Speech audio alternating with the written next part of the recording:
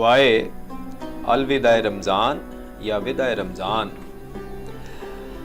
ماہ رمضان جب ودا ہوتا ہے اس کو ہم الوداع کہتے ہیں۔ ایسی ہے جیسے ہمارے گھر میں کوئی مہمان آتا ہے، ہمیں اس سے بڑی محبت ہوتی ہے اور اس کو ہم الوداع کہتے ہیں، رخصت کرتے ہیں۔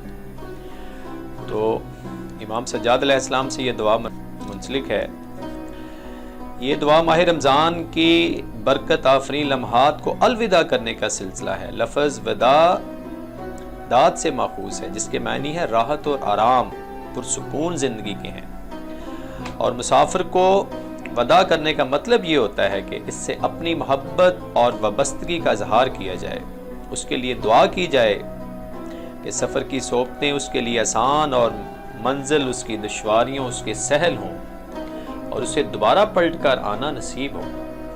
جب بھی ہم مہمان کو الوداع کہتے ہیں تو اس سے مراد ہرگز نہیں ہوتی کہ مہمان دوبارہ نہ آئے، ہمیں یہ خواہش ہوتی ہے کہ یہ دوبارہ سے پھر ہمارے پاس آئے۔ یہ وداع اس کی دلیل ہے جسے وداع کیا جا رہا ہے۔ نگاہوں میں اس کی عزت اور دل میں اس کی قدر و منزلت، اس کی جدائی، یہ محبت اور لگاؤ زمان سے بھی ہو سکتا ہے، مکان سے بھی، ذی شعور سے بھی ہو سکتا ہے، غیر ذی شعور سے بھی۔ چنانچہ اس محبت اور وابستگی کے نتیجہ میں انسان کبھی ماضی کے ان لمحوں کو پکارتا ہے جو اپنے خوشگوار یادیں دل میں چھوڑ جاتے ہیں، کبھی شباب کی گھڑیوں کو خطاب کرتا ہے اور عمر رفتہ کو آواز دیتا ہے، کبھی اداس گھڑیوں کو وہ یاد کرتا ہے اور کبھی اس کی زبان بے زبانی خود ترجمانی کرتی ہے، کبھی اس سے بولنے کے اور جواب دینے کی فرمائش کرتا ہے۔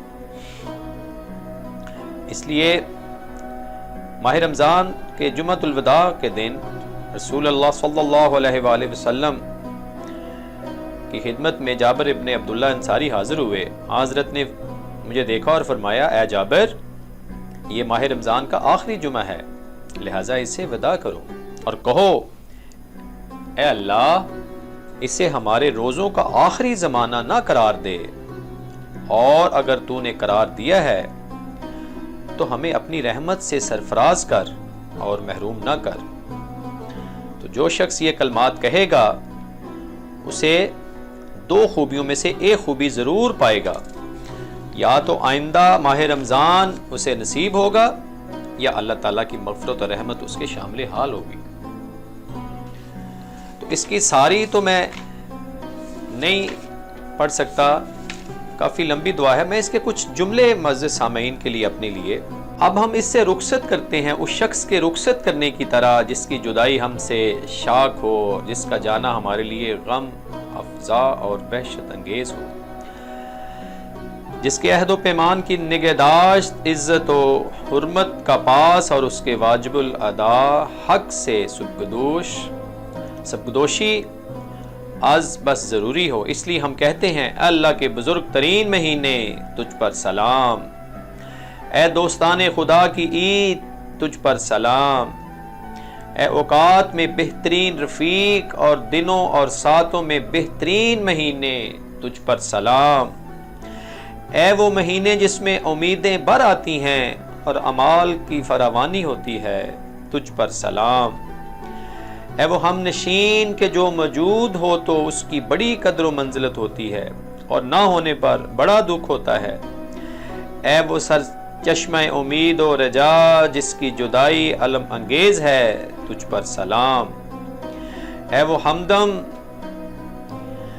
جو سامان کے لیے ہو، آیا تو شادمانی کا سبب ہوا ہو، واپس گیا تو وحشت بڑھا کر غمگین بنا گیا، تجھ پر سلام، اے وہ ہمسائے جس کی ہمسائیگی میں دل نرم اور گناہ کم ہو گئے، تجھ پر سلام، اے وہ مددگار جس نے شیطان کے مقابلہ میں میری مدد کی اور مجھے برائیوں سے بچایا، تجھ پر سلام، تجھ میں اللہ کے آزاد کیے ہوئے بندوں کس طرح زیادہ ہیں اور جنہوں نے تیری حرمت و عزت کا پاس اور لحاظ رکھا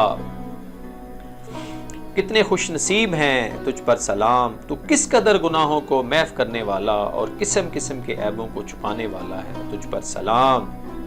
یہ وہی مہینہ ہے جس میں سانس لینا بھی تسبیح ہے، سونا بھی عبادت ہے۔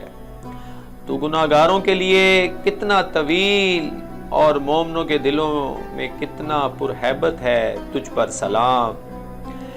اے وہ مہینے جس سے دوسرے ایام ہمسری کا دعویٰ نہیں کر سکتے تجھ پر سلام۔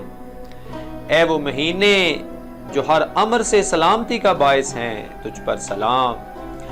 اے وہ جس کی ہم نشینی بار خاطر اور معاشرت ناگوار نہیں تجھ پر سلام۔